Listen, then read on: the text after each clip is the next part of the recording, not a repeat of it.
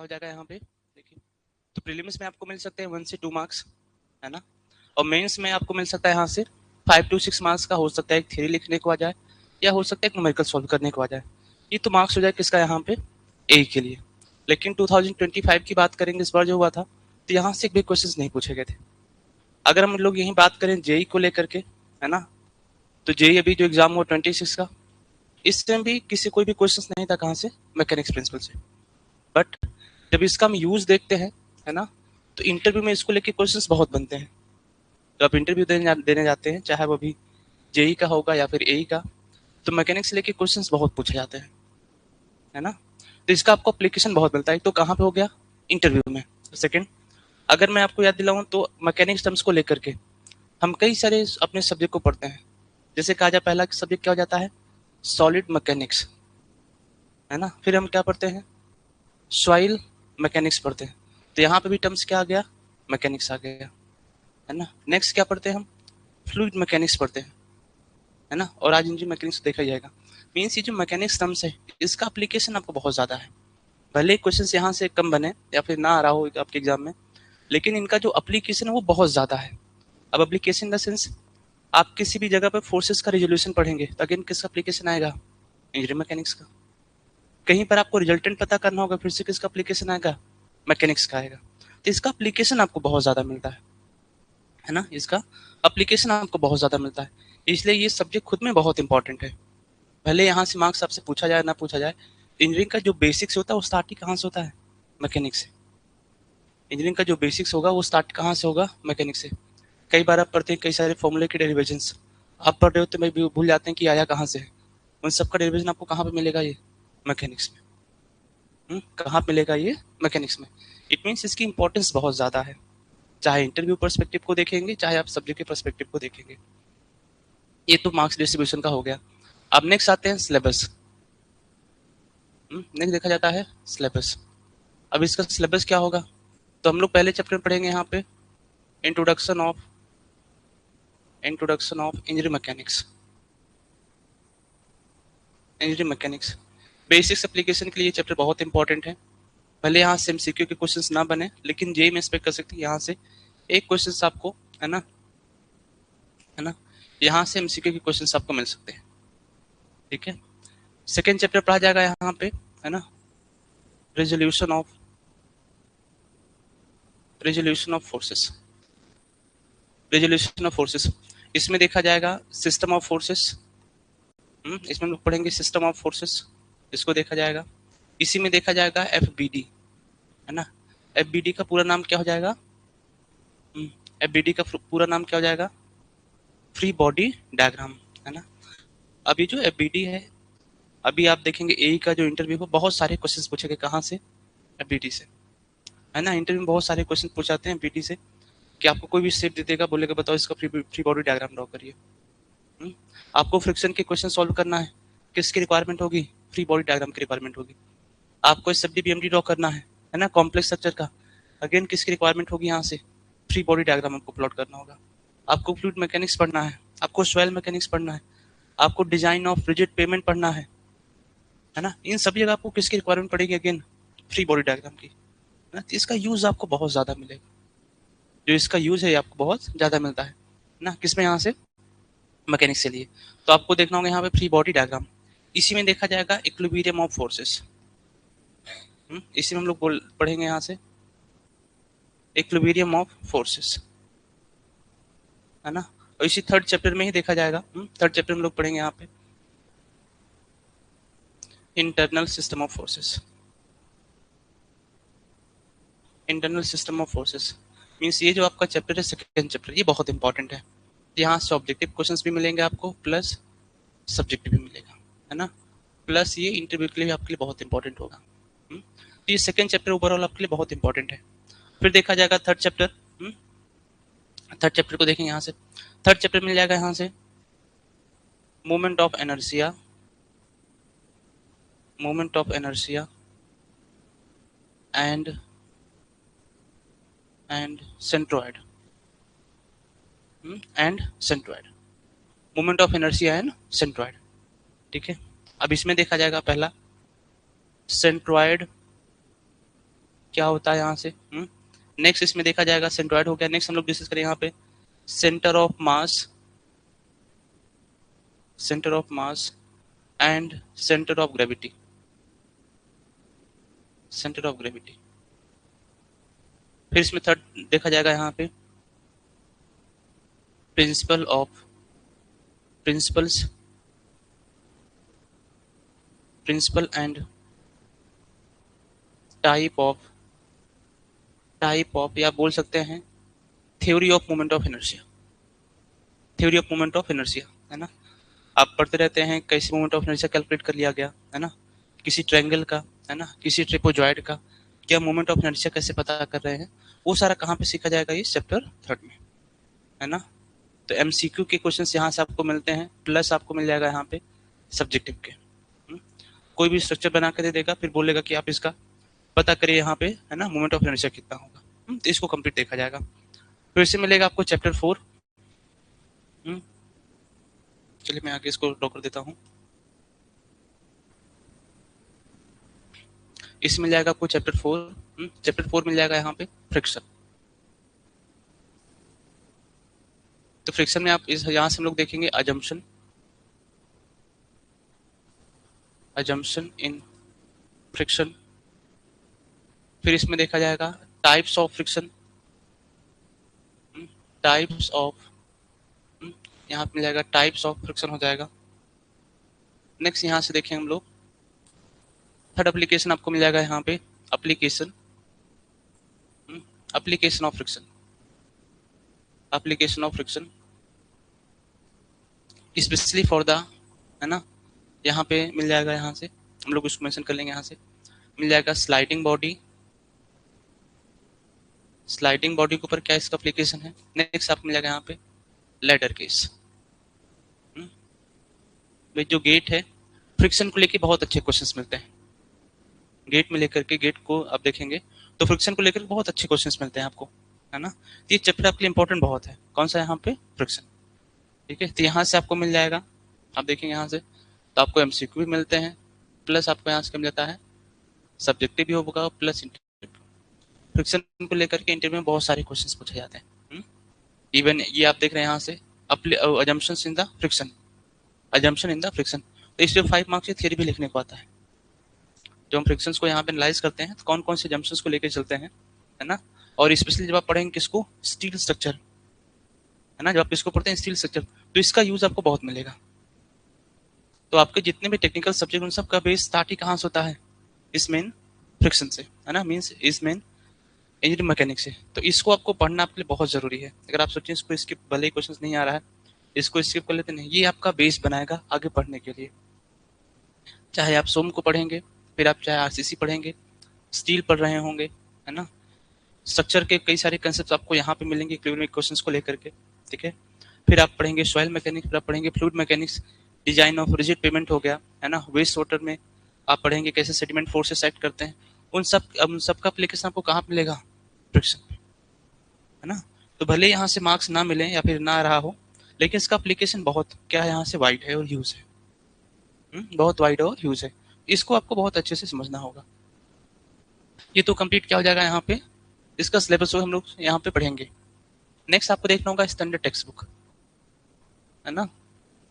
अब text book आपको group में भेज दिया है ना। पहला आप रेफर कर सकते हैं यहाँ पे आर.एस. खुरमी की बुक को आप देख सकते हैं। दूसरा आप यहाँ से एस.एस. भाभी कट्टे रेफर कर सकते हैं, अगर आपको बुक से रेफर करना है तो। बाकी नोट्स आपके लिए सफिशिएंट होगा, नोट्स आपके लिए सफिशिएंट होगा। नोट्स में सब कुछ हम लोग कवर कर लेंगे। अब नेक्स्ट आपको प्रैक्टिस करना है, क्वेश्चंस प्रैक्टिस के लिए तो आपके पास एक ही है, यहाँ से कौन सा हो जाएगा, वर्कबुक हो जाएगा। तो वर्कबुक आपको कंप्लीट प्रैक्टिस करा देगा, एमसीक्यूज का भी प्लस सब्जेक्टिव का। सेकंड आप देखेंगे तो कई सारे एग्जाम्स हैं जहाँ पे, है ना, engineering mechanics as a part या सिलेबस सेटेड है। तो यहाँ से क्या हो जाएगा, आप देख सकते हैं ईएससी में आपको इंजीनियरिंग मैकेनिक्स नहीं मिलेगा, लेकिन जो यूपीएससी के, है ना, पीवाईक्यूज हैं ऑप्शनल में, ऑप्शनल में पीवाईक्यूज जो मिल जाएगा उसको आप देख सकते हैं, है ना। ये सिविल सर्विस में बात कर रहा हूँ, यहीं पर आईएफएस का होता है, फॉरेन सर्विसेज का, उसमें भी आपको ऐसा ऑप्शन मिलता है इंजीनियरिंग मैकेनिक्स, तो वहाँ से आपको इसका एप्लीकेशन मिल जाएगा। बट मोस्ट ऑफ क्वेश्चन जो हैं वो जो सिविल सर्विसेज के हैं वहीं से आपको ये मिल जाएगा। और आपका जो स्टेट का सीओ का एग्जाम होता है उसमें भी ऑप्शनल पेपर सिविल में engineering mechanics as a part of syllabus है, तो वहाँ पे भी क्या होगा, कवर कर लेगा। इट मीन्स अगर आप मैकेनिक्स को रेफर करते हैं तो पहली चीज़ तो आपका जो बेस है सारे सब्जेक्ट का वो कंप्लीट होगा, वो आपका स्ट्रांग होगा। मीन्स आगे जो भी आप भूल जाते हैं, कई बार देखते हैं भाई ये कहाँ से आया हमें नहीं पता है, वो सब आपको कहाँ से मिल जाएगा, फ्रॉम दिस इंजीनियरिंग मैकेनिक्स, है ना। नेक्स्ट कौन सा हो जाएगा यहाँ पे, अगर आप पीवाईक्यूज को सॉल्व कर रहे हैं या फिर ऑप्शन में आप सिविल रेफर कर रहे हैं तो सारी प्रैक्टिस आपकी यहाँ से हो जाएगी। वो सारी प्रैक्टिस आपकी यहाँ से हो जाएगी, ठीक है। ये तो आपको मिल जाएगा कौन सा यहाँ पे, सिलेबस का, है ना, ठीक है। अब नेक्स्ट आपको हेडिंग देना है यहाँ पे chapter 1 introduction of the engineering mechanics. तो सबको हेडिंग दीजिए chapter 1 introduction of the engineering mechanics.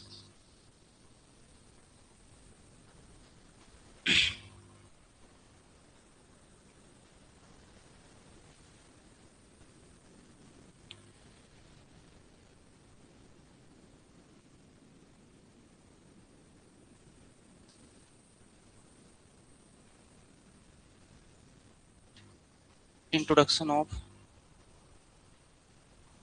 भाई अब कुछ देर आपको आराम से सुनना है। जो लोग ऑनलाइन में भी ज्वाइन है ना, ठीक है, जो लोग ऑनलाइन में ज्वाइन है वो भी चाहे तो नोट डाउन कर सकते हैं, बाकी पीडीएफ आप सबको मिल जाएगा। पीडीएफ का वेट नहीं करना है, आपको साथ में नोट डाउन करते हुए चलना है, ठीक है। चलिए थोड़ा इसको डिस्कस करते हैं। अगर हम बात करें मैकेनिक्स, तो कोई बता सकता है मैकेनिक्स का मतलब क्या हो जाएगा, एनीवन, कोई बता सकता है what does mean of this mechanics.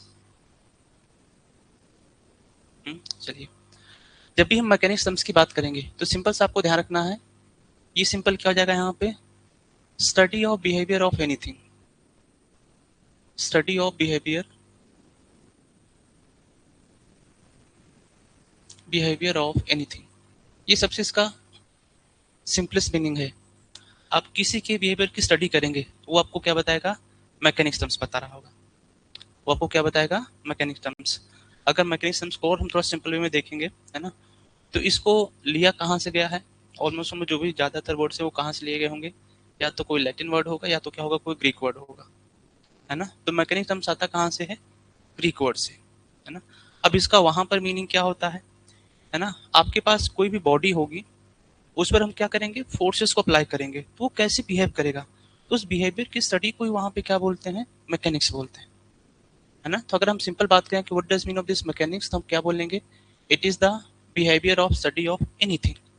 आप किसी के बिहेवियर की स्टडी करेंगे तो आपको क्या पता क्या बोला जाएगा, उसको मैकेनिक्स बोला जाएगा, है ना। अब बात आती है कि कौन से बिहेवियर की हम स्टडी करेंगे यहाँ पे। जैसे मैं इसका एक सिंपल एग्जांपल दूं, मेरे पास क्या हो गया यहाँ पे, सॉइल हो गया, सॉइल के बिहेवियर की स्टडी करेंगे तो क्या हो जाएगा, सॉइल मैकेनिक्स हो गया, है ना। अगर हम फ्लूइड है तो फ्लूइड को क्या करें, उसके बिहेवियर की स्टडी करें तो वो क्या हो जाएगा, फ्लूइड मैकेनिक्स हो जाएगा, है ना। मैंने यहीं पर क्या लिया, एक सॉलिड बॉडी को लिया, सॉलिड बॉडी के ऊपर क्या करें, उसके बिहेवियर की स्टडी कर रहे हैं तो क्या हो जाएगा, solid mechanics, which is formerly known as the strength of materials, है ना। कई जगह देखा होगा कि स्ट्रेंथ ऑफ मटेरियल को हम क्या बोलते हैं, सॉलिड मैकेनिक्स ही बोलते हैं, उसी को हम क्या बोलते हैं, सॉलिड मैकेनिक्स बोलते हैं, है ना। इट मीन्स आप किसी के बिहेवियर की स्टडी करेंगे तो क्या बताएगा, मैकेनिक्स बता रहा होगा। अब बात है बिहेवियर हम स्टडी क्या करेंगे, है ना, तो स्टडी ऑफ बिहेवियर होगा, बिहेवियर हम पढ़ेंगे क्या। अब इसको देखिए यहाँ से, मान लेते हैं मेरे पास यहाँ पे एक रिजिड बॉडी हो गई, है ना, मैंने इस पर यहाँ से क्या किया, फोर्स अप्लाई करा, क्या करें, यहाँ से फोर्सेस अप्लाई करें। पहली चीज, ये कितना रेजिस्टेंस ऑफर करेगा, ये इसका पहला बिहेवियर हो गया। फिर डिफॉर्म होगा तो इसका डिफॉर्मेशन शेप कैसा होगा, ये अलग से इसका बिहेवियर हो गया, है ना। Deformation in the terms of their shape, in the terms of their dimensions, in the terms of their volume also. It means आप डिफॉर्मेशन की स्टडी कर रहे हैं किसी भी सॉलिड का। नेक्स्ट, हमने फोर्सेस अप्लाई किया, इनके मॉलिक्यूल्स के बीच में कितना डिस्प्लेसमेंट हुआ, अगेन इनकी बिहेवियर की स्टडी हो गई, है ना।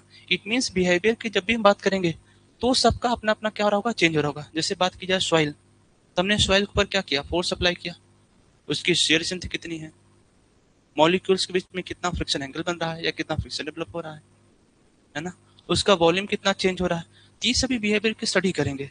तो यहाँ पे बिहेवियर क्या होगा,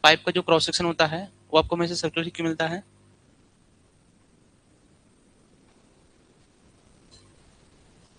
प्रेशर को इक्वली क्या करता है, वो डिस्ट्रीब्यूट करता है। ओके, और कोई इस चीज को सोचा नहीं सोचा कि पाइप में सब सर्कुलर क्यों बनाते हैं? अदर से भी तो दे सकते हैं, लेकिन ज्यादातर हम किसको देते हैं? सर्कुलर। ऐसा क्यों?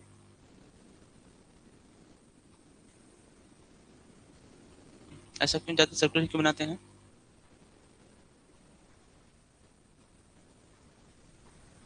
अच्छा, जब भी कोई भी हम काम करते हैं, है ना, पहले चीज हमें काम करने के लिए किसकी रिक्वायरमेंट है? एनर्जी की रिक्वायरमेंट है। भाई आप चल के यहाँ पे आ रहे हैं तो आपकी एनर्जी क्या हो रही है? खर्च हो रही है ना। तो आपकी कोशिश क्या होगी कि हमारी जो एनर्जी वो सबसे कम से कम खर्च हो। हमारी कोशिश ये होती है, अगर आप एक प्लेस से दूसरे प्लेस तक चल के जा रहे हैं तो आप थक जाएंगे, तो आप सोचेंगे मैं आराम से चल के चला जाऊं लेकिन मुझे टायर्डनेस क्या हो, कम हो। इट मीन्स एनर्जी का खर्च क्या होना है यहाँ से? कम होना है, पहली चीज। नेक्स्ट, जो कॉस्ट है, कॉस्ट भी सेव होना है। कॉस्ट भी क्या होना है? सेव होना है ना। कॉस्ट सेव कैसे होगा? मान लीजिए ये पॉइंट ए हो गया, ये पॉइंट बी हो गया, आप कौन से रूट को रेफर करेंगे? सबसे लॉन्गेस्ट वाले या फिर सबसे शॉर्टेस्ट वाले को? शॉर्टेस्ट वाले को। ऐसा क्यों? ऐसा क्यों? Less time consuming. ओके, और क्या फायदा होगा शॉर्टेस्ट वाले को रेफर करने से? लेस एनर्जी भी लगेगा लेकिन पैसा भी तो सेव होगा। इट मीन्स पहली चीज एनर्जी कम खर्च होना है, दूसरा क्या होना है? पैसा सेव होना है। अगर हमने सर्कुलर क्रॉस सेक्शन बनाया, पहली चीज जो एरिया सबसे कम होता है, अगर बात करूं क्रॉस सेक्शन का एरिया, आपके पास कई सारे शेप हैं, स्क्वायर हो गया, रेक्टेंगल हो गया, ट्रायंगल हो गया, सर्कल हो गया, है ना। आप सारे शेप को कंपेयर करेंगे तो एरिया सबसे कम किसका होता है? सर्कल का। इट मीन्स अगर एरिया कम है, मटेरियल भी क्या लगेगा? कम लगेगा। अगर मटेरियल कम लग रहा है तो कॉस्ट क्या हो गई? सेव हो गई, है ना। कॉस्ट यहाँ से क्या हो जाएगा? सेव हो जाएगा। नेक्स्ट, अब एनर्जी कम कैसे होगा?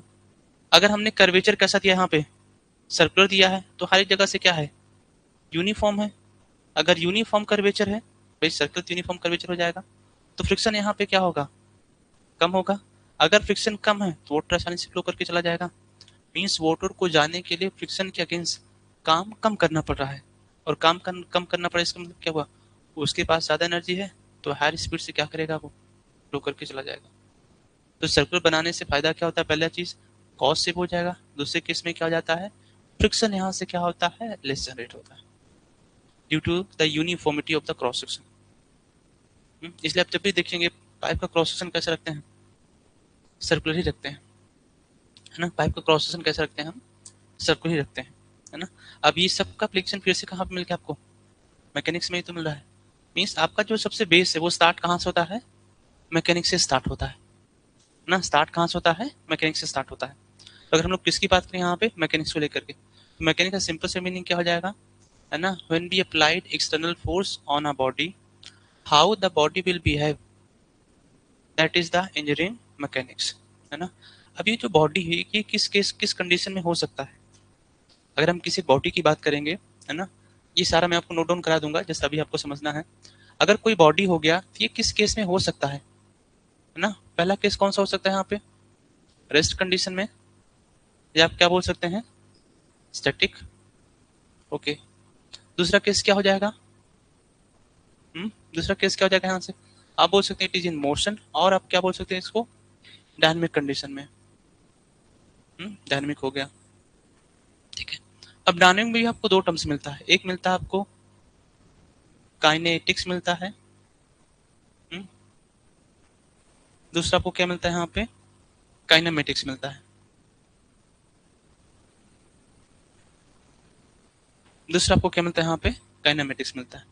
तो डायनामिक के दो पार्ट मिलते हैं, एक मिलता है काइनेटिक, दूसरा क्या मिलता है आपको यहाँ पे? काइनेमेटिक्स।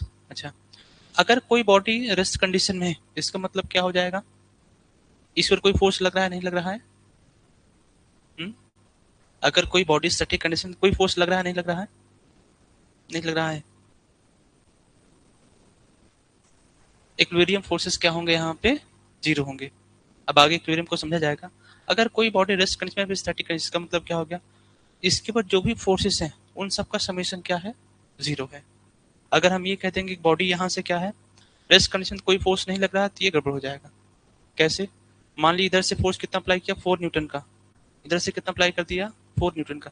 अभी भी क्या है, ये स्टैटिक नहीं है लेकिन फोर्स लग रहा है। फोर्स यहाँ पे क्या है, लगा। इट मीन्स अगर कोई बॉडी मूव नहीं करा तो उसको क्या बोला जाएगा, यहाँ पे रेस्ट कंडीशन बोला जाएगा। और कोई बॉडी मूव करा तो क्या हो जाएगा, वो डायनेमिक्स या मोशन हो जाएगा।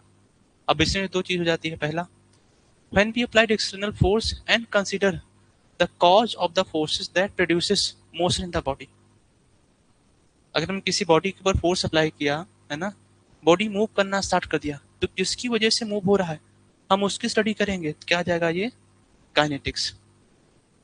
हमने किसी बॉडी पर फोर्स अप्लाई किया, अब वो किसकी वजह से क्या कर रहा है, मूव कर रहा है, इसको कंसिडर नहीं कर रहे हैं। बस ये देख रहे हैं कि मूविंग कंडीशन में है। That comes under the kinematics. ये सिंपल आपने कहाँ पढ़ा होगा, फ्लूइड मैकेनिक्स में। सेम क्लासिफिकेशन आपको कहाँ मिलता है, इंजीनियरिंग मैकेनिक्स। तो बात की जाए कि how many types of the engineering mechanics, आपको क्या मिलता है यहाँ पे, 2 टाइप मिल जाता है। टाइप्स ऑफ इंजीनियरिंग मैकेनिक्स आपको यहाँ पे 2 टाइप्स मिल जाता है। पहला कौन सा मिल जाएगा आपको यहाँ पे, है ना, स्टैटिक मैकेनिक्स। दूसरा क्या मिलता है आपको यहाँ पे, डायनामिक मैकेनिक्स। डायनामिक्स को फर्दर 2 पार्ट में कैटेगराइज करते हैं। कौन सा जगह यहाँ से, काइनेमेटिक्स मैकेनिक्स, और यहाँ से कम जाता है ये काइनेमेटिक्स, काइनेटिक और काइनेमेटिक्स। काइनेटिक्स और यहाँ से हो जाएगा काइनेमेटिक्स हो जाएगा। ये तो आपको यहाँ से कम जाता है टाइप्स ऑफ मैकेनिक्स, है ना। अब ये जो भी यहाँ पे एक्शंस हो रहे हैं, इन सबको मेजर करना है। हमें किसकी रिक्वायरमेंट होती है, यूनिट्स की। हमें किसकी रिक्वायरमेंट होती है, यूनिट्स की, है ना। ओके, थोड़ा पॉइंट यूज करके नोट डाउन करते हैं, है ना। तो आपको हेडिंग देना है ना, इंजीनियरिंग मैकेनिक्स। आपको हेडिंग देना है engineering mechanics.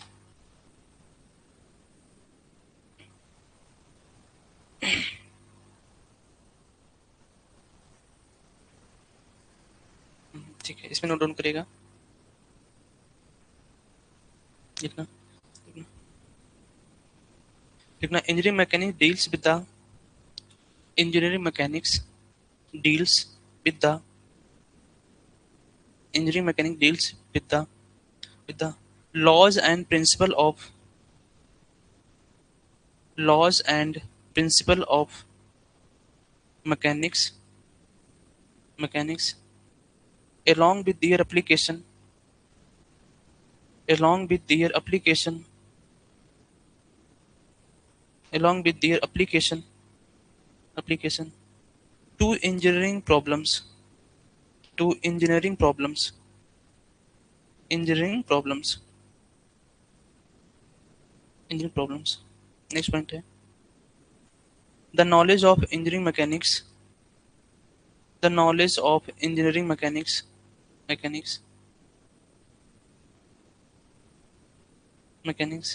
is very important for an engineer for an engineer in planning in planning in planning comma designing and construction of various types of structure and construction of various types of structure and machines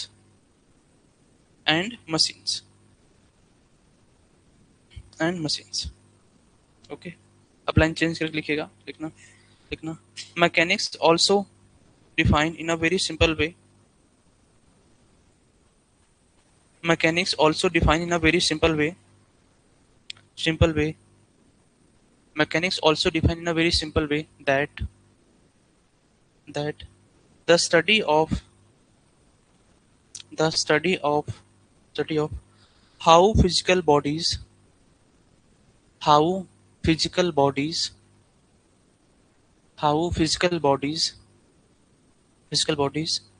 bracket में structure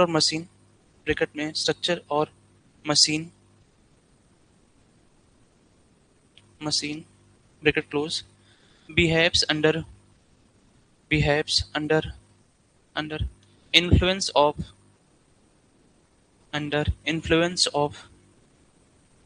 under influence of forces, influence of forces. It applies physics and mathematics.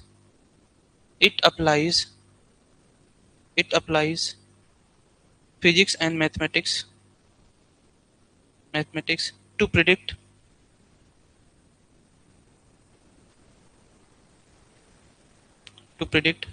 if structure will stand, if structure will stand still still or move without breaking, or move without breaking, move without breaking।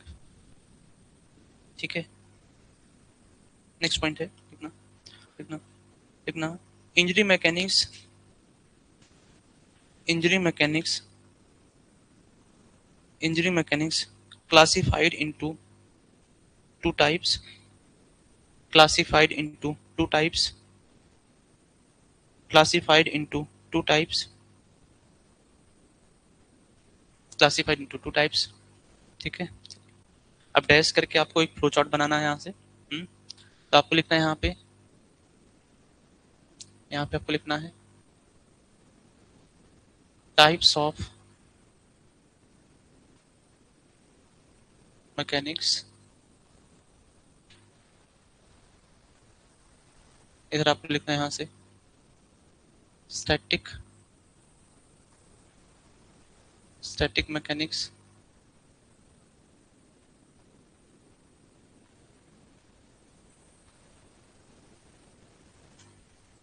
इधर आपको लिखना है dynamic mechanics.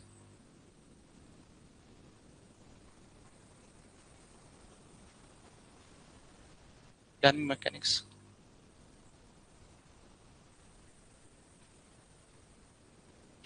ठीक है।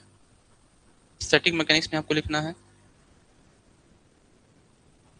Static mechanics में आप note down करिएगा, लिखना ना, it is the branch of injury mechanics, it is the branch of injury mechanics which deals with the forces, which deals with the forces, which deals with the forces and their effect, and their effect, and their effect while acting upon। आप उसको close कर दीजिए, lights को। while acting upon the body, while acting upon the body at rest, at rest। ठीक है, अब second आना है यहाँ से फ्लूइड डायनामिक्स, फ्लूइड डायनामिक्स। इसमें लिखिएगा, लिखना लिखना लिखना it deals with the forces and their effect. Dynamics में लिखना है, इसमें लिखना लिखना it deals with the forces, it deals with the forces, it deals with the forces and their effect, and their effect while acting upon the bodies, while acting upon the bodies in motion, while acting upon the bodies in motion, in motion। ठीक है, dynamics में next point लिखना है, लिखना it is two types, it is two types।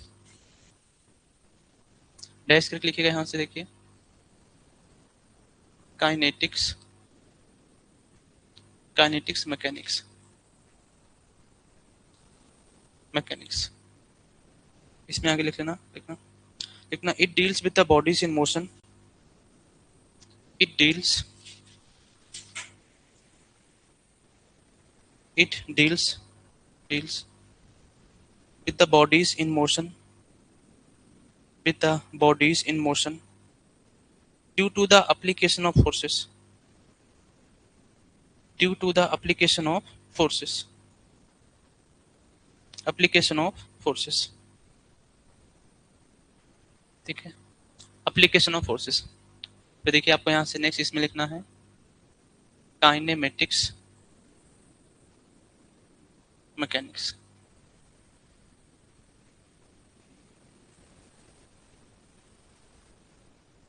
Next आपको इसके अंदर लिखना है यहाँ से काइनेमेटिक मैकेनिक्स लिखना। लिखना it deals with the bodies in motion, it deals with the bodies in motion, bodies in motion, bodies in motion, without any reference, without any reference,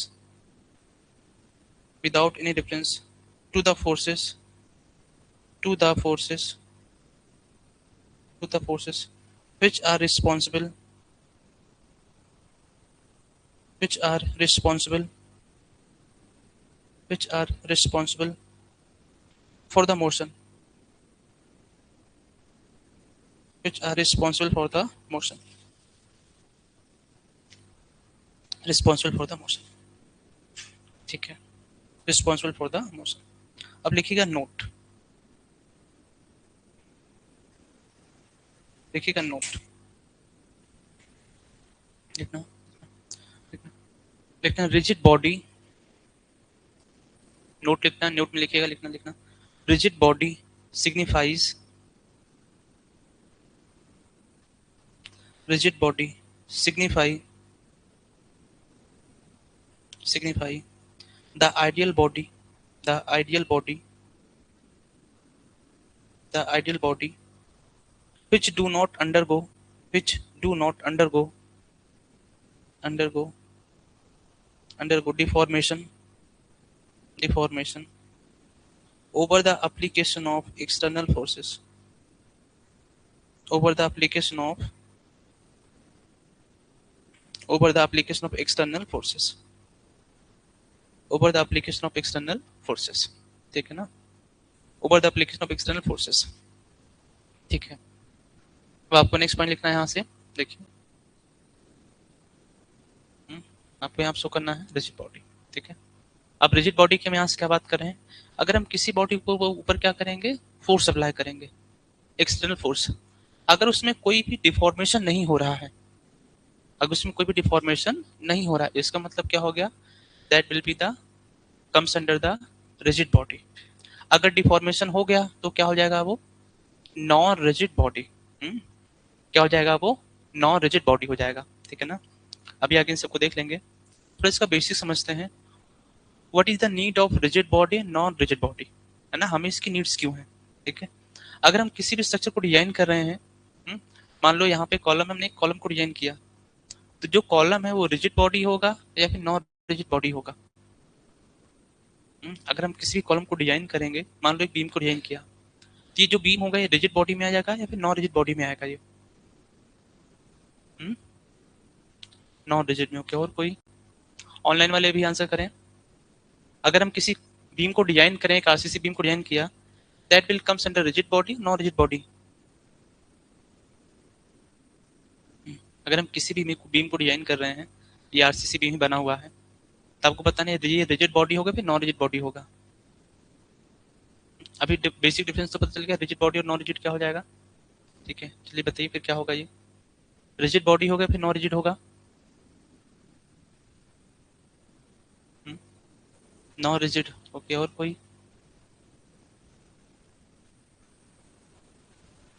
देखिए ये सब आपके बेसिक एप्लीकेशंस हैं, आप इन सबको समझेंगे तभी आपको आगे कंसेप्ट ज्यादा क्लियर होंगे। अगर हम किसी भी क्या कर रहे हैं, बीम को डिजाइन करें, तो वो रिजिड में आएगा फिर नॉन रिजिड में आएगा। अच्छा, नॉन रिजिड मतलब क्या हो गया, लोड अप्लाई करेंगे कोई डिफॉर्मेशन नहीं होगा,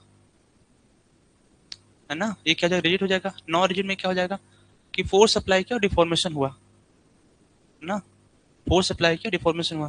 तो अगर इस बीम पर हम लोड अप्लाई करें तो डिफॉर्मेशन हो रहा है नहीं हो रहा, डिफॉर्मेशन हो रहा है।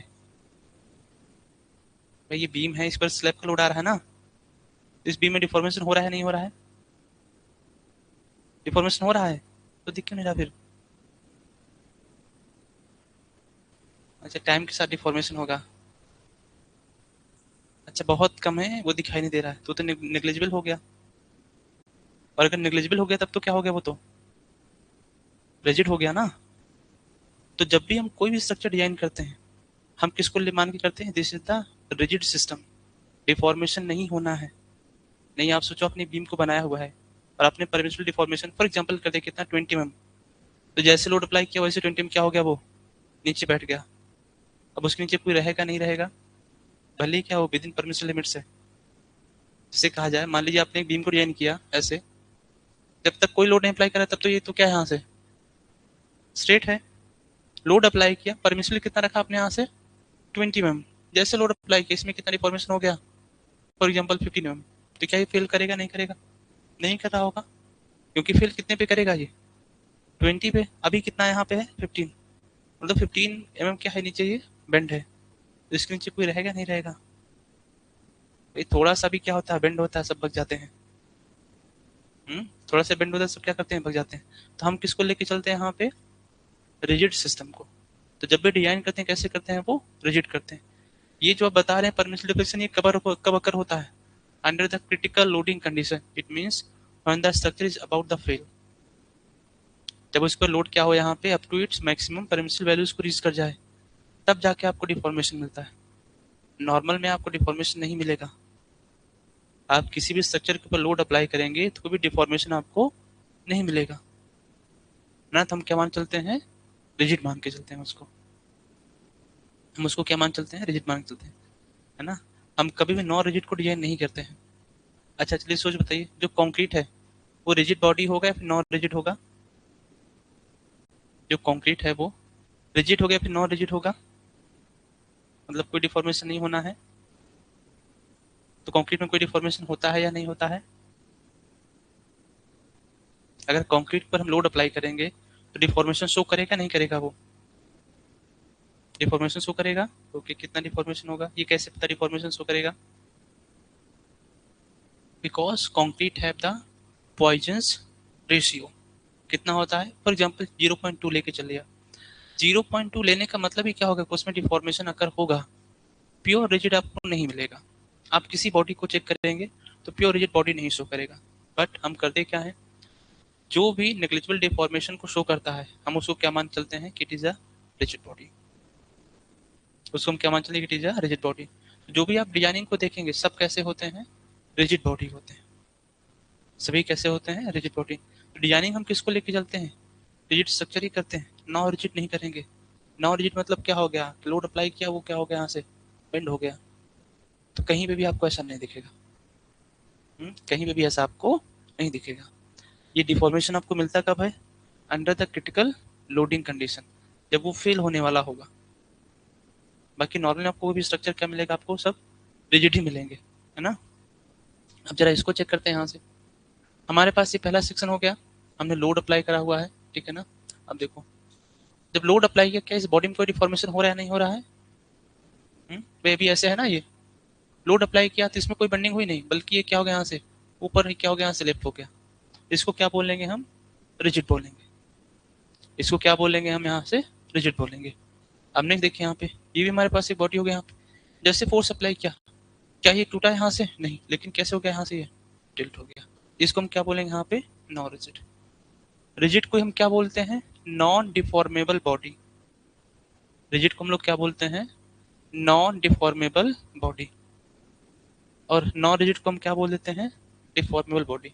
तो in engineering mechanics we study the behaviour of the non deformable और रिजिड बॉडी। हम इंजीनियरिंग मैकेनिक्स में किसकी स्टडी करते हैं, किसी बॉडी पे फोर्स अप्लाई करेंगे तो कोई भी डिफॉर्मेशन नहीं शो करना है, और rigid body. So in engineering mechanics we deals with the study of the non deformable और रिजिड बॉडी, है ना। एक एग्जांपल और आपको देता हूँ। सपोज हमारे पास यहाँ पे एक सर्कल हो गया। आप इसको से देख सकते हैं यहाँ से। ये बस हमारे पास यहाँ पे एक सिस्टम हो गया, है ना। ठीक है, ये सेकंड हो गया, और यहाँ से क्या हो गया, ये this one is the third one. इसको हम लोग यहाँ से क्या ले लिया, थर्ड को ले लिया।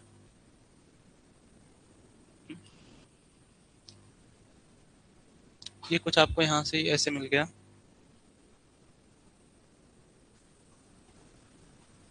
ये कुछ ऐसा हो गया। अब देखिए यहाँ पे मैंने क्या किया, इस पर यहाँ से लोड अप्लाई करा। यहाँ से भी लोड अप्लाई किया, क्या इसमें कोई डिफॉर्मेशन शो हो रहा है? सेकंड को शो किया यहाँ पे, कोई डिफॉर्मेशन शो किया यहाँ पे, ये नहीं, लेकिन थर्ड में तो क्या हो गया, ये डिफॉर्म हो गया ना। देखिए तो इसको तो हम लोग क्या बोलेंगे, this is the rigid body हो जाएगा यहाँ से, और ये आपको यहाँ से क्या मिल जाएगा, यहाँ से this is the non rigid body, है ना, नॉन रिजिड बॉडी। अब एक पॉइंट यहाँ पे और आपको देखना है, अगर किसी बॉडी में कोई डिफॉर्मेशन नहीं हो रहा है, it means Young's modulus will be infinite. Shear modulus आपको क्या मिलेगा यहाँ पे, इनफाइनाइट। बल्क मॉडुलस क्या मिलेगा आपको, इनफाइनाइट। ऑब्जेक्टिव में आपसे पूछा जाता है, ऑब्जेक्टिव में आपसे पूछा जाता है अगर कोई रिजिड बॉडी तो उसके लिए यंग्स मॉडुलस की वैल्यू कितनी होगी, 0.5, 1 या फिर इनफाइनाइट। कितना मिलता है आपको यहाँ से, इन सब के लिए रजिस्ट करे, इन सब के लिए वैल्यू एग्जिस्ट करता है, लेकिन इसके लिए वैल्यू यहाँ से एग्जिस्ट नहीं करती, है ना। तो आप इस डायग्राम को प्लॉट कर लीजिए और यहाँ पे इसको जरूर नोट डाउन कर लीजिएगा। ई यहाँ से क्या सिग्निफाई करेगा, ई यहाँ से क्या सिग्निफाई करेगा, यंग्स मॉडुलस। जी यहाँ पे क्या सिग्निफाई करेगा, शेयर मॉडुलस को सिग्निफाई करेगा, है ना। और के को यहाँ पे क्या सिग्निफाई करेगा, तो आप इसको नोट डाउन कर लीजिए।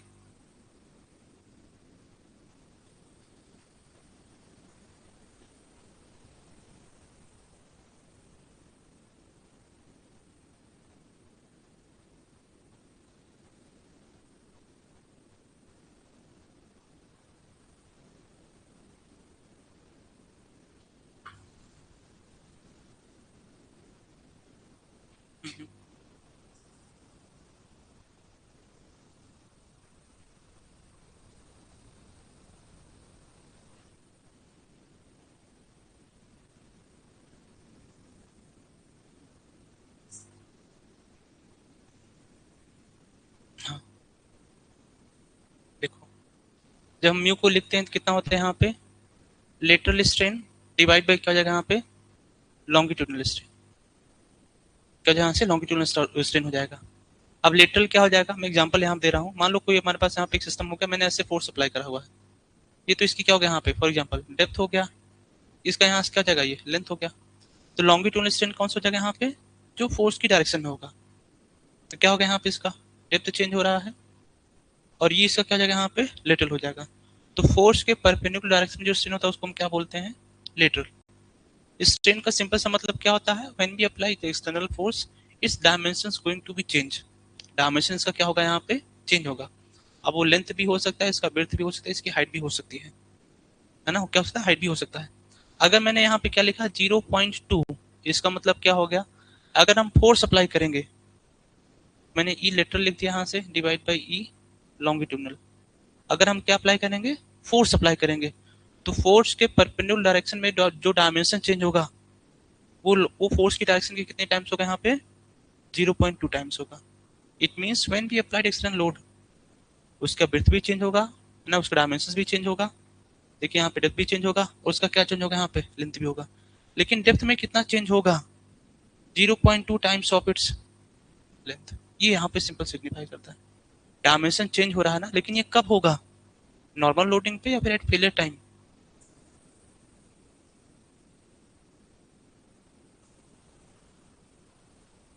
हम्म हम्म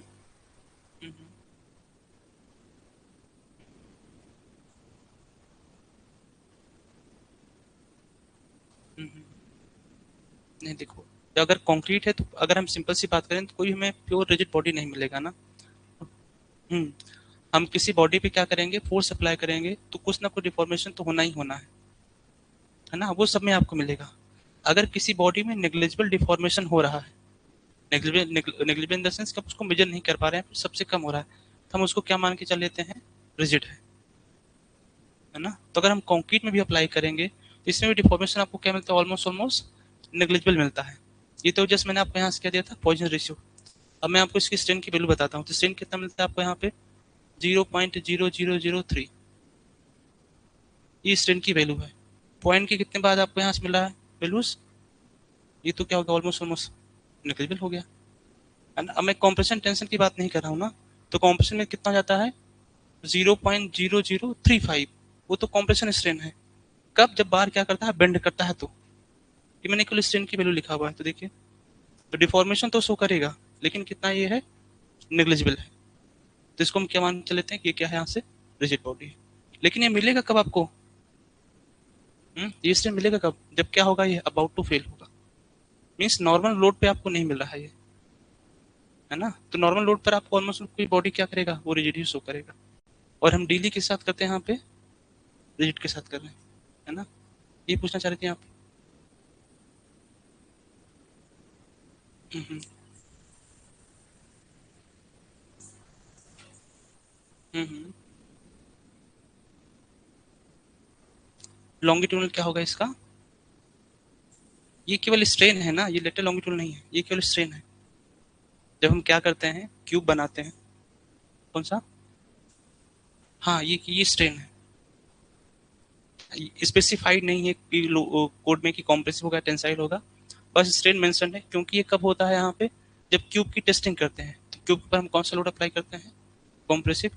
तो मान सकते हैं कि क्या है, ये कॉम्प्रेसिव स्ट्रेन है ना, कि लोड अप्लाई करें कितना कॉम्प्रेस हो रहा होगा। हम्म, ठीक है, ये पूछना चाह रहे थे आप। हम्म, ठीक है, ये तो आपको यहाँ से मिल जाएगा रिजिड और नॉन रिजिड बॉडी। ठीक है, अब नेक्स्ट पॉइंट आपको लिखना है, लिखना लिखना लिखना, in order to define in order to define the state of body in order to define the state of body, certain physical parameters, ये नोट पॉइंट खत्म हो गया है, नोट पॉइंट को छोड़कर हम लोग यहाँ से मेंशन कर रहे हैं। certain physical parameters are required certain physical parameters are required comma comma termed as physical quantities termed as physical quantities which are classified as below which are classified as below, है ना। चलिए, अब आपको देखिए chart कैसे draw करना है। एक साइड आपको लिखना है यहाँ से which are classified as below। अब देखिए आपको चार्ट को कैसे ड्रॉ करना है, आपको लिखना है वन साइड इधर लिखना है यहाँ से फंडामेंटल फंडामेंटल फिजिकल क्वांटिटीज,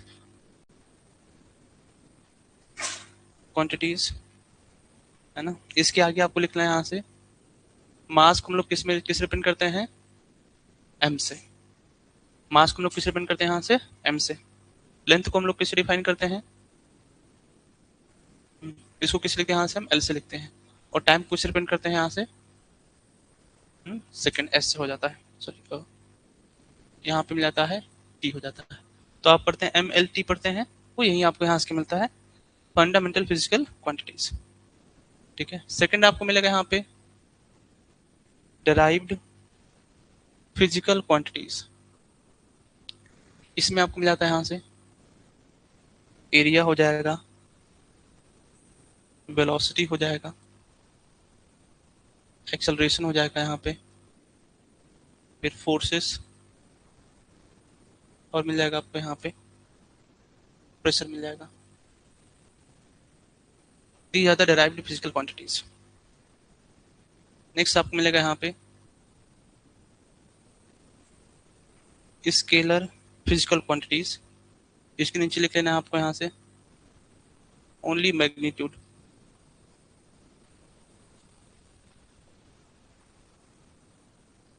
इसमें आपको लिखना है यहाँ से मास, लेंथ हो जाएगा यहाँ पे, टाइम हो गया, डिस्टेंस हो जाएगा यहाँ से, डेंसिटी,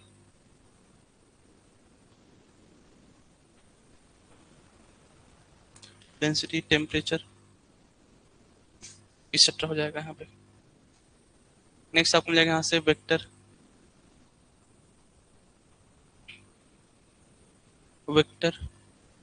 फिजिकल क्वांटिटीज हो जाएगा यहाँ से।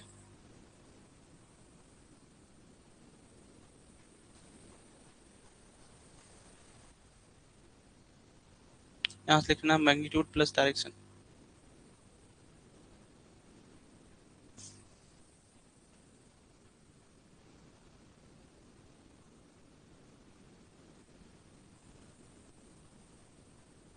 फोर्सेस हो जाएगा, डिस्टेंस मिल जाएगा आपको यहाँ पे, फोर्सेस, वेलोसिटी हो जाएगा यहाँ से, acceleration, momentum, etcetera.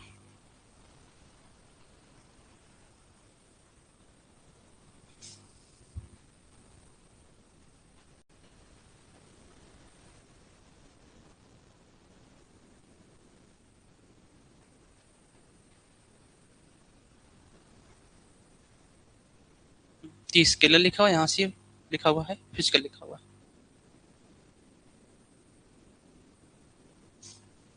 Forces, velocity, acceleration, momentum, etcetera.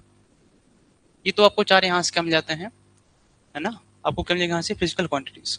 अगर कोई बॉडी स्टैटिक कंडीशन में है, फिर मूविंग कंडीशन में है, उनकी स्टेट को रिप्रेजेंट करने के लिए हमें किसकी रिक्वायरमेंट होती है, वी नीड अ क्वांटिटीज और पैरामीटर्स।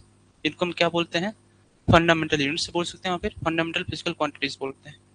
तो फंडामेंटल फिजिकल क्वांटिटी आपको क्या मिलेगा यहाँ से, मास हो गया, लेंथ हो जाएगा, और क्या मिलेगा आपको यहाँ पे, टाइम, जिसको आप किस में रिप्रेजेंट करते हैं, एम एल टी। आप ये कई बार देखा होगा आप लोगों ने इसके रिप्रेजेंटेशन के लिए, हम इसको क्या लिखते हैं, एम एल टी, है ना। वो हम किस में रिप्रेजेंट करें यहाँ से, फंडामेंटल फिजिकल क्वांटिटीज में। नेक्स्ट आपको यहाँ से क्या मिलता है, डिराइव क्वांटिटीज। एरिया हो गया, वेलोसिटी हो गया, एक्सेलरेशन, फोर्सेस और प्रेशर। इनको हम क्या करें यहाँ पे, किसी सेकंड यूनिट से क्या करें, इसको डिराइव कर रहे हैं। इसका मतलब क्या हो जाएगा, मैंने क्या किया यहाँ पे, एक रेक्टेंगल को लिया, अब इसका मुझे क्या करना है, यहाँ पे क्वांटिटीज रिप्रेजेंट करना है, तो मैं किसके लिए लूंगा यहाँ पे, फंडामेंटल फिजिकल क्वांटिटीज को। मैंने यहाँ से क्या कर दिया, देखो, लेंथ को लिया और लेंथ को लिया, तो मुझे यहाँ से क्या मिल जाएगा, ये लेंथ स्क्वायर, जिसको हम क्या बोलेंगे यहाँ से, मीटर स्क्वायर।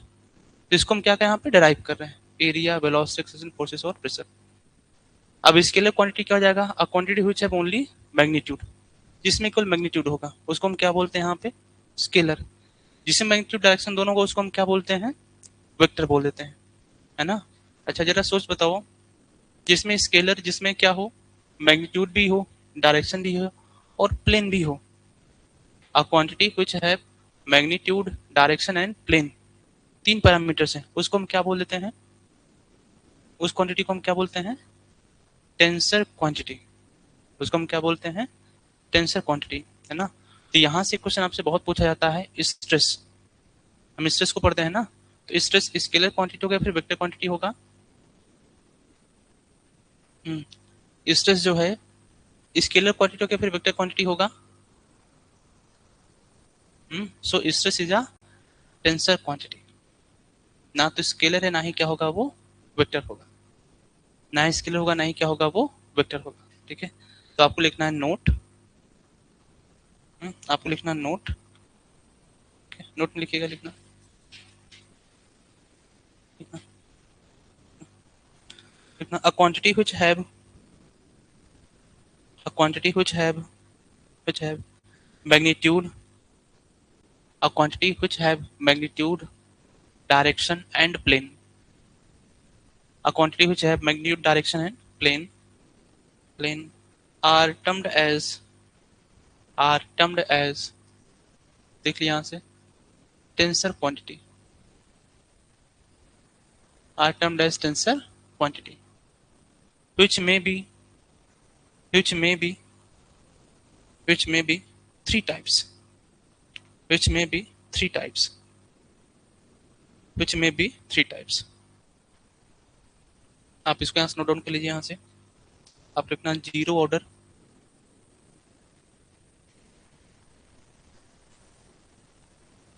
या बोल सकते जीरो डिग्री टेंसर हो जाएगा। दूसरा आपको मिल जाएगा यहाँ से फर्स्ट ऑर्डर, या बोल सकते हैं फर्स्ट डिग्री टेंसर क्वांटिटी हो जाएगा।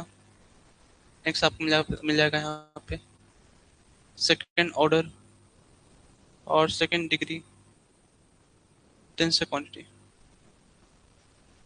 ऐसे मिल जाएगा आपको यहाँ से मैग्नीट्यूड हो जाएगा, magnitude plus direction plus plane. That is the tensor. इसका एग्जांपल हो जाएगा स्ट्रेस हो गया, स्ट्रेन हो गया, मूवमेंट ऑफ इनर्शिया हो गया, एक्सेट्रा। यहाँ से मिल जाएगा आपको मैग्नीट्यूड प्लस वन डायरेक्शन, इसको हम लोग बोल देते हैं यहाँ से वेक्टर। और यहाँ से मिल जाएगा मैग्नीट्यूड ओनली,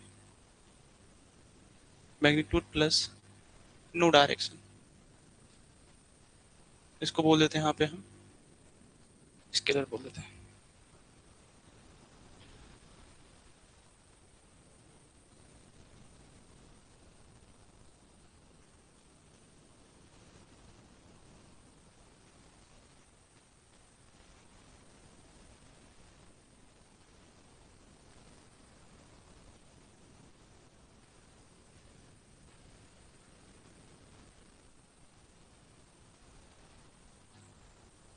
नेक्स्ट हेडिंग आपको देना है यहाँ पे system of units.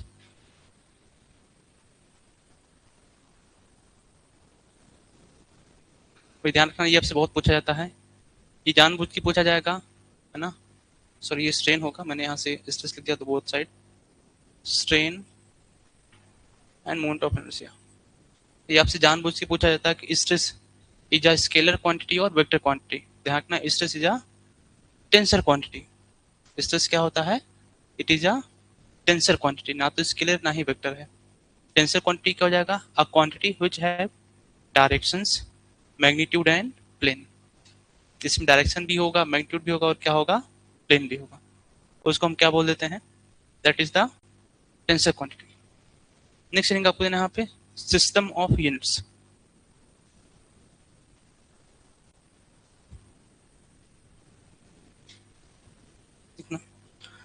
There are four types of system of units. There are four types of system of units.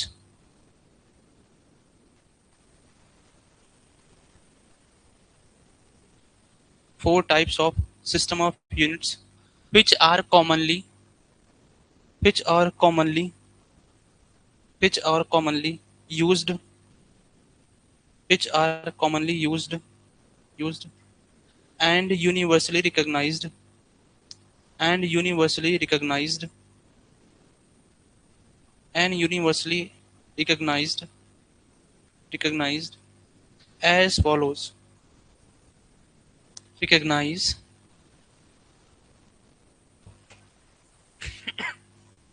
recognized as follows। ठीक है ना। तो आपको कितने मिल जाते हैं टोटल? यहाँ पे 4 मिल जाते हैं।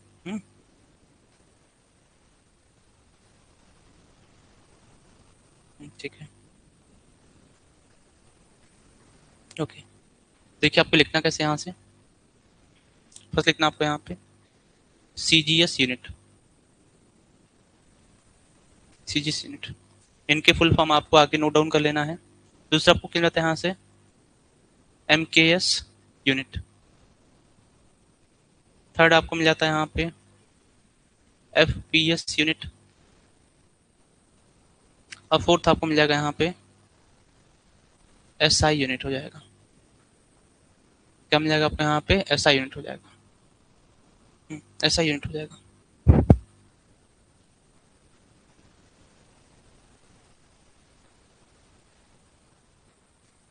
आज के टाइम में हम लोग किसको यूज करते हैं?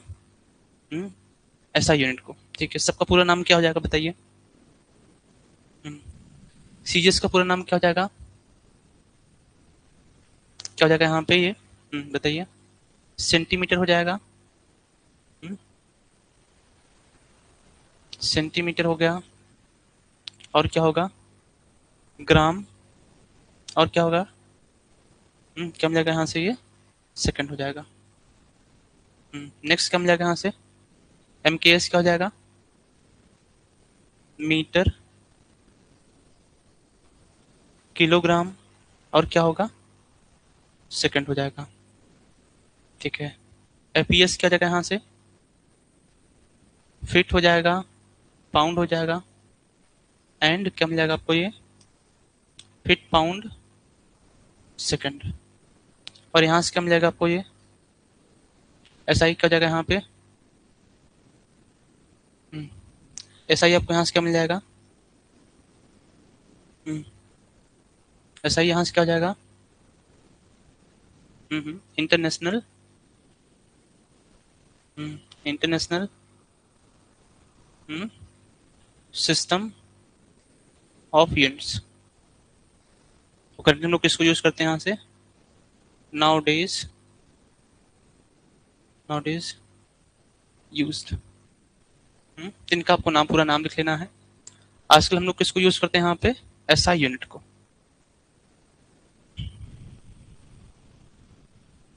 ये सभी कौन सी यूनिट्स यहाँ पे दी जाता? International units. ये सभी कौन सी यूनिट्स यहाँ पे? इंटरनेशनल यूनिट्स हैं।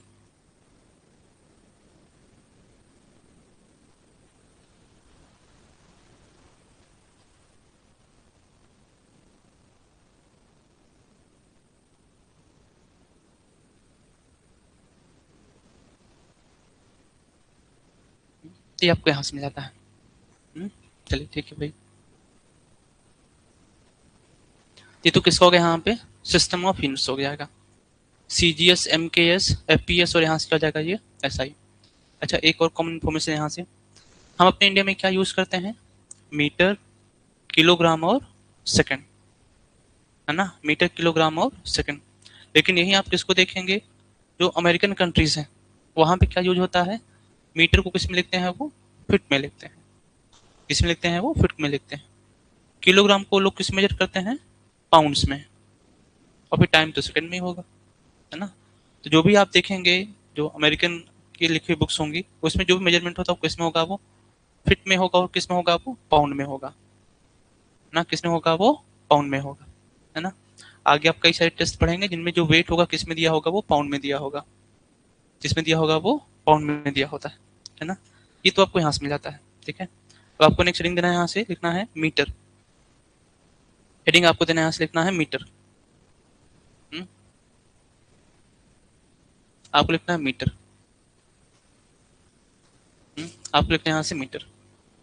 चलिए इसमें लिखना लिखना लिखना लिखना international metre may be defined as international metre may be defined as international meter may be defined as the shortest distance at 0 degree Celsius at 0 degree Celsius at 0 degree Celsius between two parallel line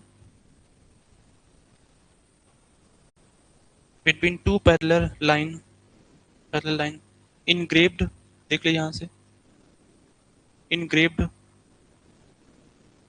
engraved upon the polished surface of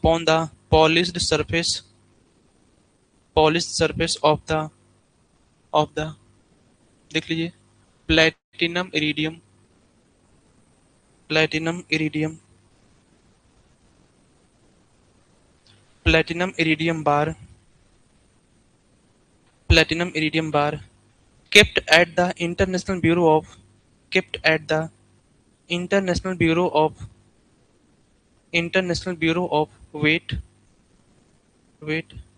and Measures in Paris in Paris in Paris in Paris। ठीक है, next लिखना हम लोग, आपको लिखना है यहाँ से किलोग्राम। नेक्स्ट आपको लिखना है यहाँ से किलोग्राम इन पेरिस। नेक्स्ट यहाँ से किलोग्राम, इसमें लिखिएगा, लिखना लिखना लिखना लिखना it is the mass of it is the mass of it is the mass of it is the mass of platinum iridium cylinder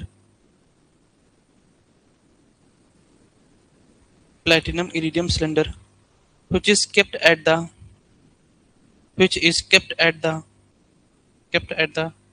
International Bureau of Weight and Measures International Bureau of measures weight and measures in Paris in Paris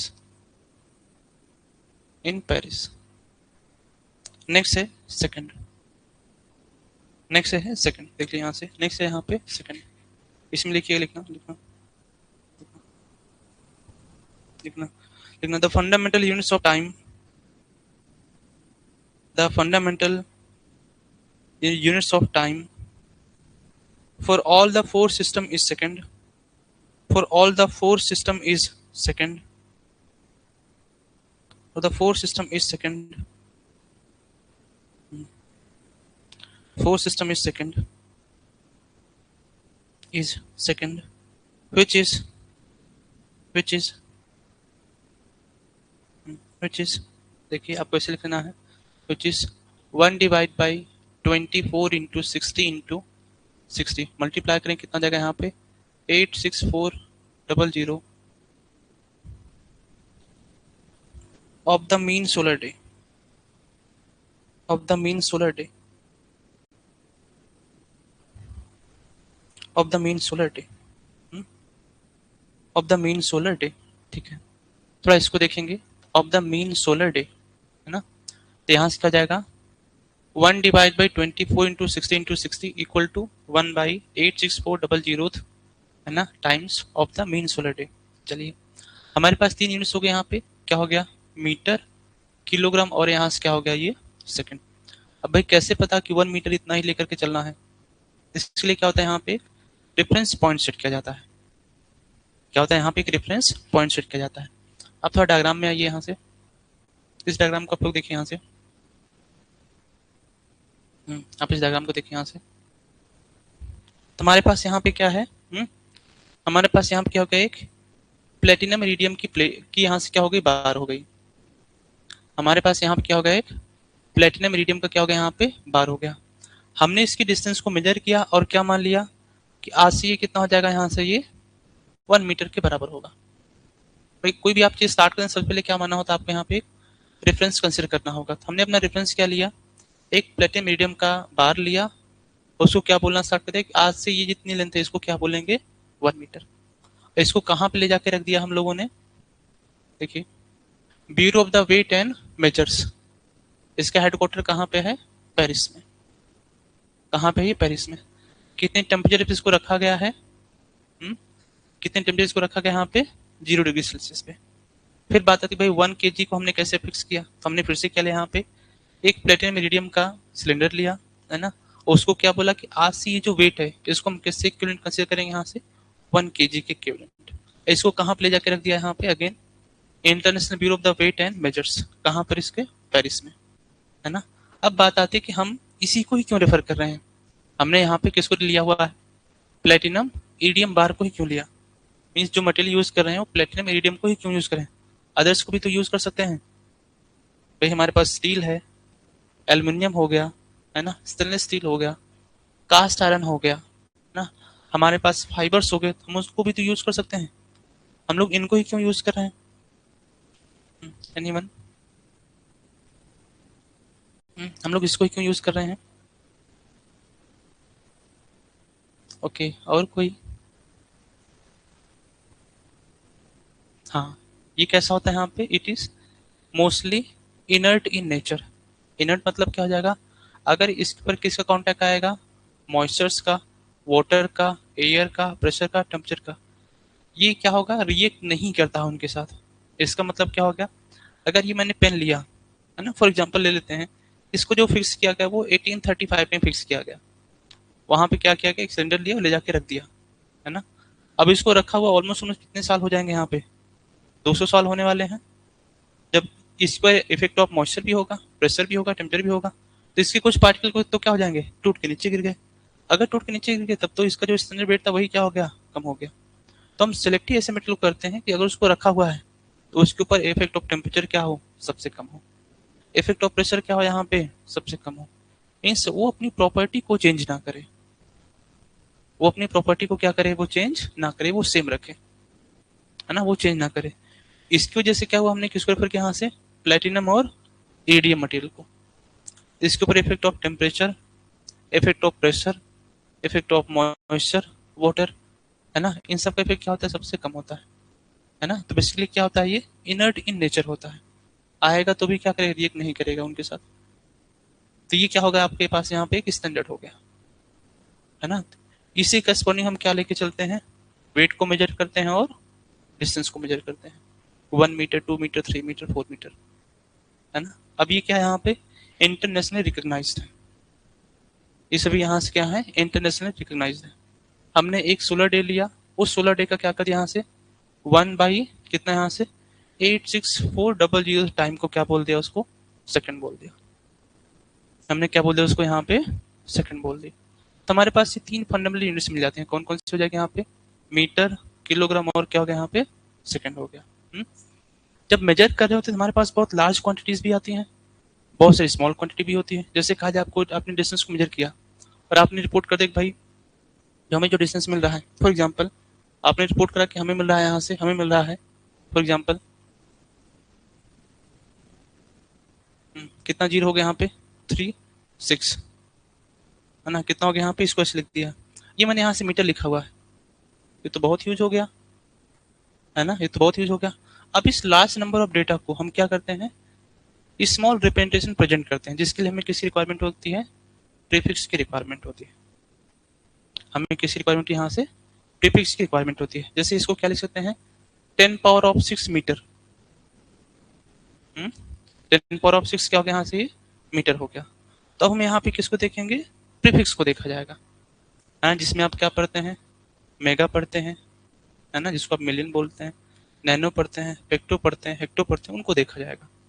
तो आपको next heading देना है, इसके अंदर ही लिखना है, ठीक है। लिखना लिखना लिखना prefix used, prefix used, used, prefix used in the the standard measurement units, in the standard measurement units, the standard measurement units, standard measurement units, ठीक है भाई।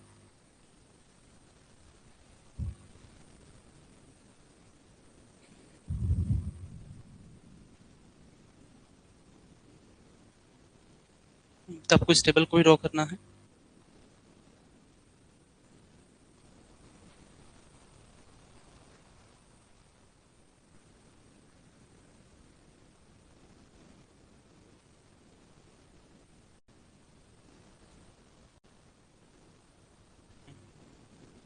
इसमें आपको इस टेबल को ड्रॉ करना है, ठीक है।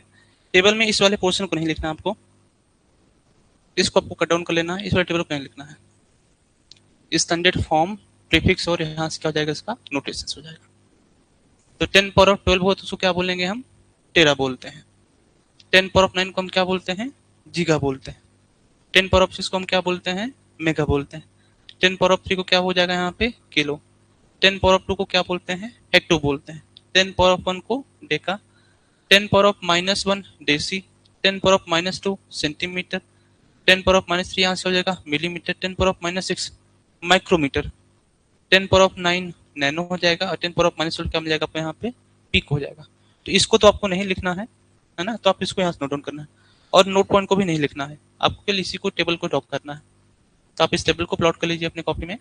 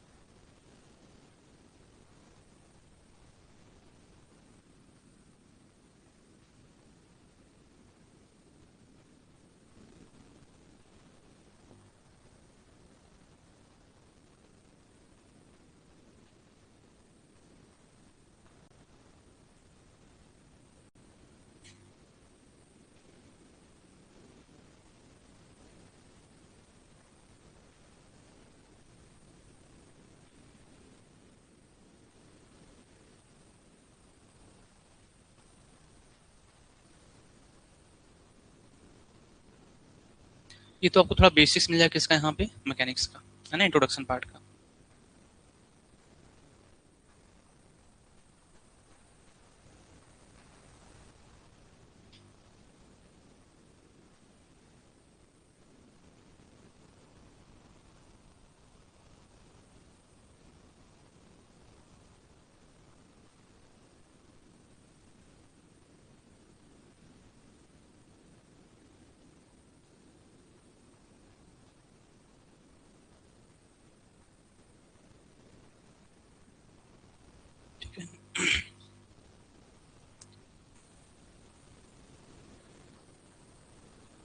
अब इसके बाद आपको सेकंड चैप्टर देना है, next chapter resolution of forces.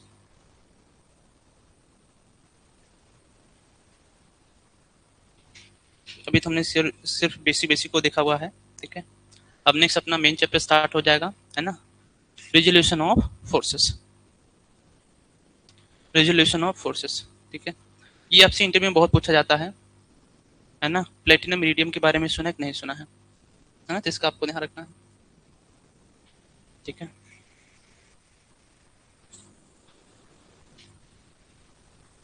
Resolution of forces,